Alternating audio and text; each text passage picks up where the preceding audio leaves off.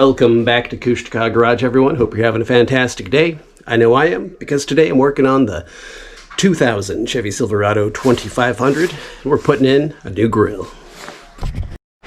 So here is our truck of choice. As you see, it has the OG grill right there. Got the new one in the box. I'll open that up here and show you. There'll be a couple of things I'm doing off camera. Like I'll remove that old brush guard and I'll clean that up, repaint it, and that'll allow us access to the grill in the back. Taking the grill off the 2000 GMC Sierra 3500 quite a few times. I imagine the 2000 is very much similar. There should be at least 4 10mm bolts and a few clips, and it'll just pull right off. But I'm going to go ahead and get that brush guard off.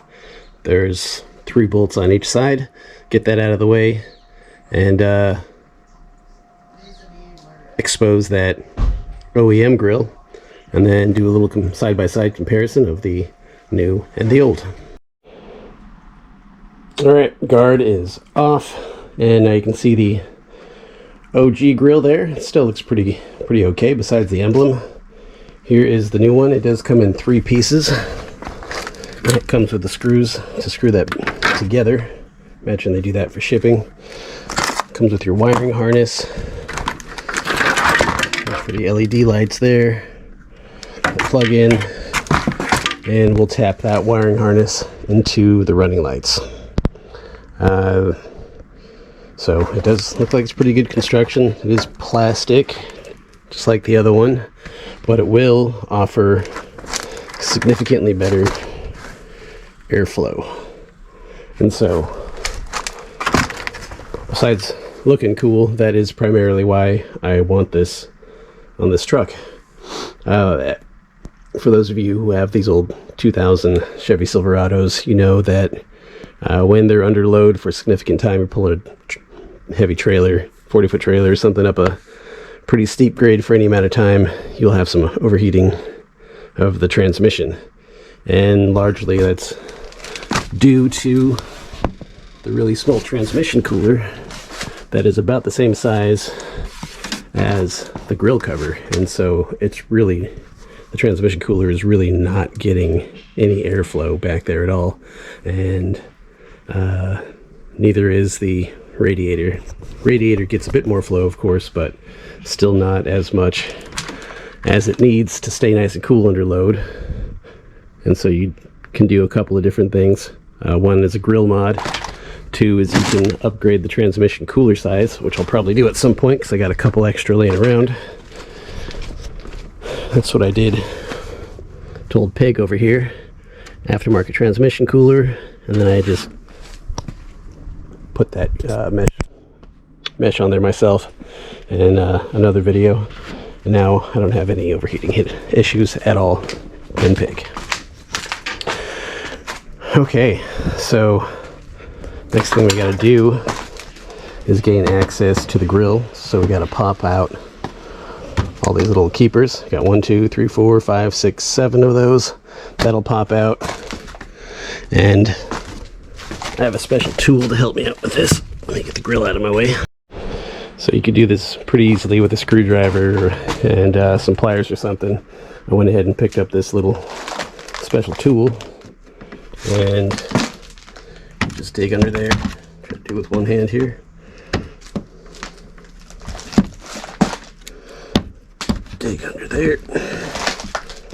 Pop that up. And thing should just pull out. I'm going to go ahead and rinse and repeat, get all those off, and get back to you. Okay, to remove this grill here, we got 1 10mm, and then 4 of these clips. Just takes a Phillips head, give it a little half turn. There's one on the other side. There's one right here.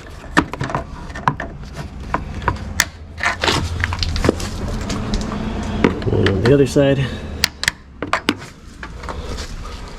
That should be it for those clips. 10 mil. Oh, wrong way.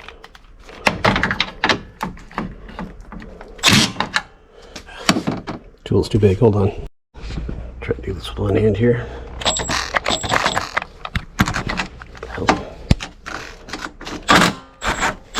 There we go.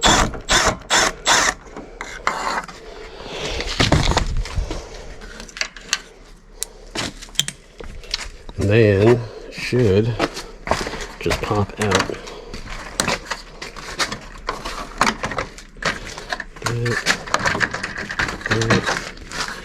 Shake everything free. And there'll be some outer clips that you just pull out.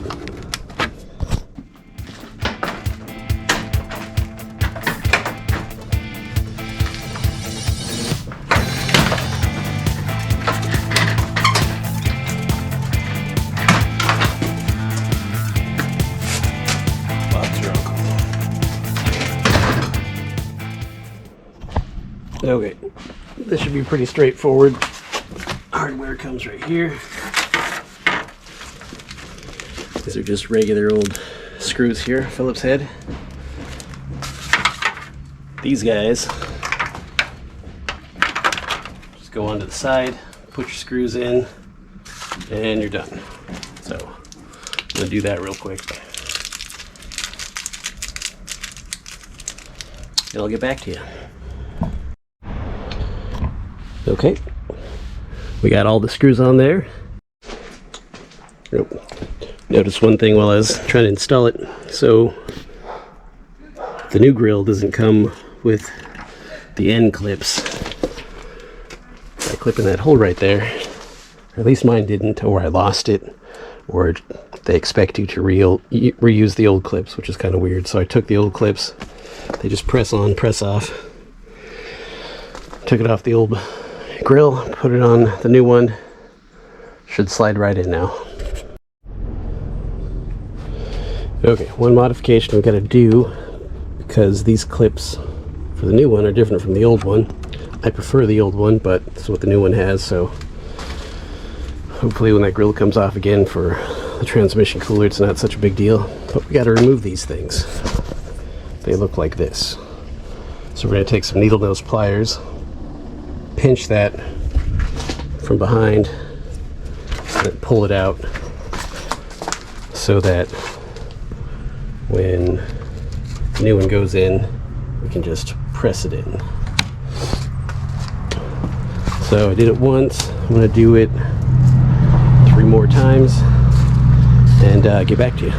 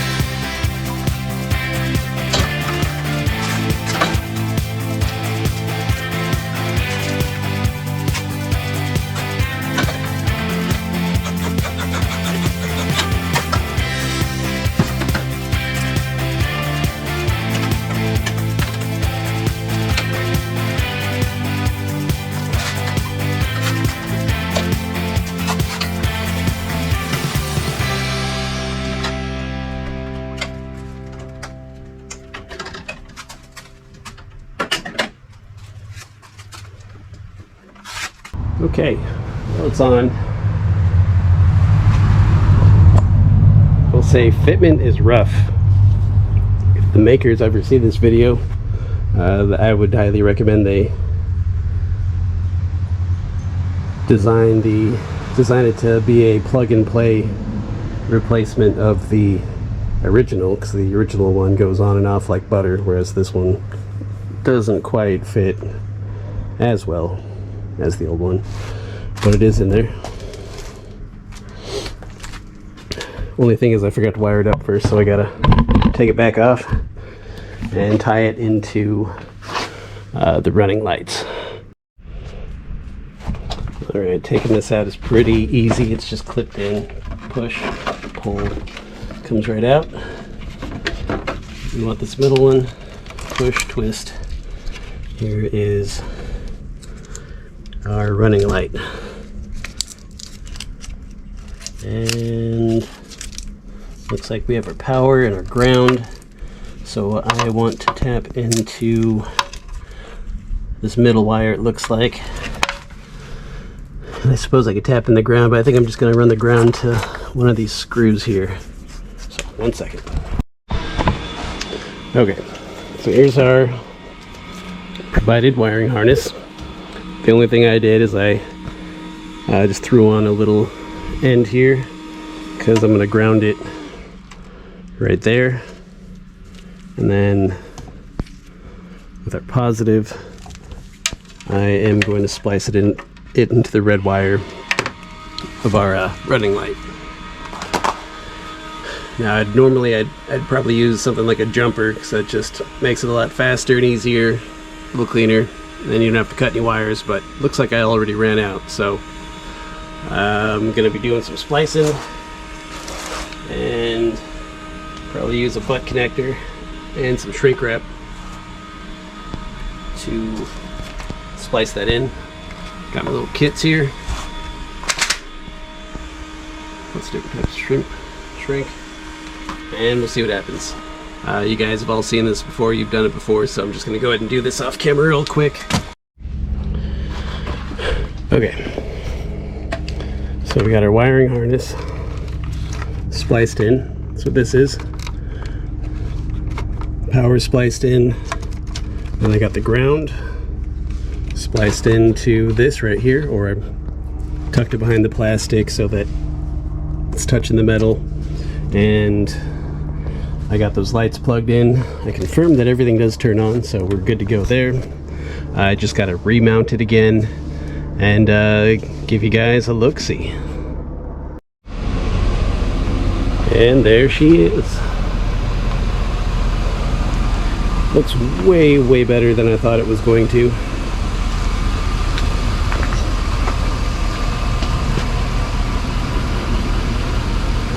Yeah. It's gonna look really good with that brush guard once I get it all cleaned up.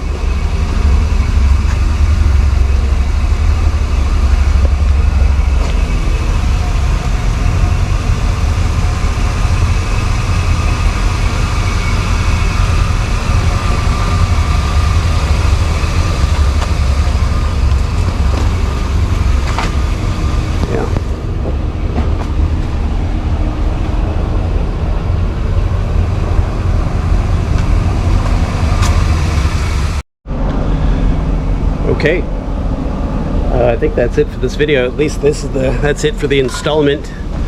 I might show you what it looks like with the guard all fixed up. That's going to take me another day or two to grind it, paint it some more. But I am sure most of you guys don't have brush guards, so your truck's going to basically look like this one without the brush guard. And I think it looks pretty good. My overall impressions are, as far as style and looks, 10 out of 10. Fitment, I'm going to give that a 6 out of 10. I think could fit a lot better. The overall quality, probably give that a 5 or a 6. Just because I think they cut a few corners to make it affordable, and it definitely was affordable. And they made sure not to cut any corners for style. But as far as like the mounting system goes, I think that's what I'm the least impressed with. I would have 100% preferred the stock mounting, but it does require moving parts, because right here where those screws are, with the screw system, it's, you know, twist around in there. It's just more things that cost more money, which would increase the price for us, the consumer. So I can see why they did what they did, and it works all right. They could spend a little bit more time so that the holes line up a little bit better and it's not such a fight, because you are going to have to do some finagling if you already have one of these or you're thinking about buying one. I'll say it is a little bit of a pain in the ass, but it is 100% doable. As you see, you just gotta finagle a little bit. The other thing, I gotta clean up a little bit more. See, the wire fell. I want to tuck that wire back some more, but it would be nice if they had just little loops or something on the inside to where you could run the wires a little bit cleaner. I gotta clean that up before I send this back home. Don't really like looking at wires, but that would be the other thing I'd say. So you gotta be a little bit creative. I didn't show you what I did. I just zip tied shit together. It doesn't look super clean or anything, but it is out of the way. All right. So, hope it helped you out in some way. Hope the overview, review, and everything answered your questions. If not, please drop a comment or a question in the down below. And if you haven't picked up your Kushka Garage LB7 Duramax hat yet, I know this isn't a Duramax, this has got the 6.0 in it, but this channel is primarily built around that guy over there, Old Pig, the Alaskan Overland Rig. So I got lots of LB7 stuff. I got some Kush shirts, I got mugs, and for my overland adventures, I got all kinds of stuff. Jackets, different styles, hats, t-shirts, hoodies, really nice hoodies. Like, basically, if you're kind of like a husky guy like me, and you have trouble finding clothes that fit you, check out my t-shirts, check out my hoodies. They are going to fit and be the most comfortable thing in your closet. I know it is mine. It's the only stuff I wear these days. Anywho, you can check that out in the store directly below this video. And hope you're having a good day. And I hope it's about to get a little bit better. One last shot, and we'll close out.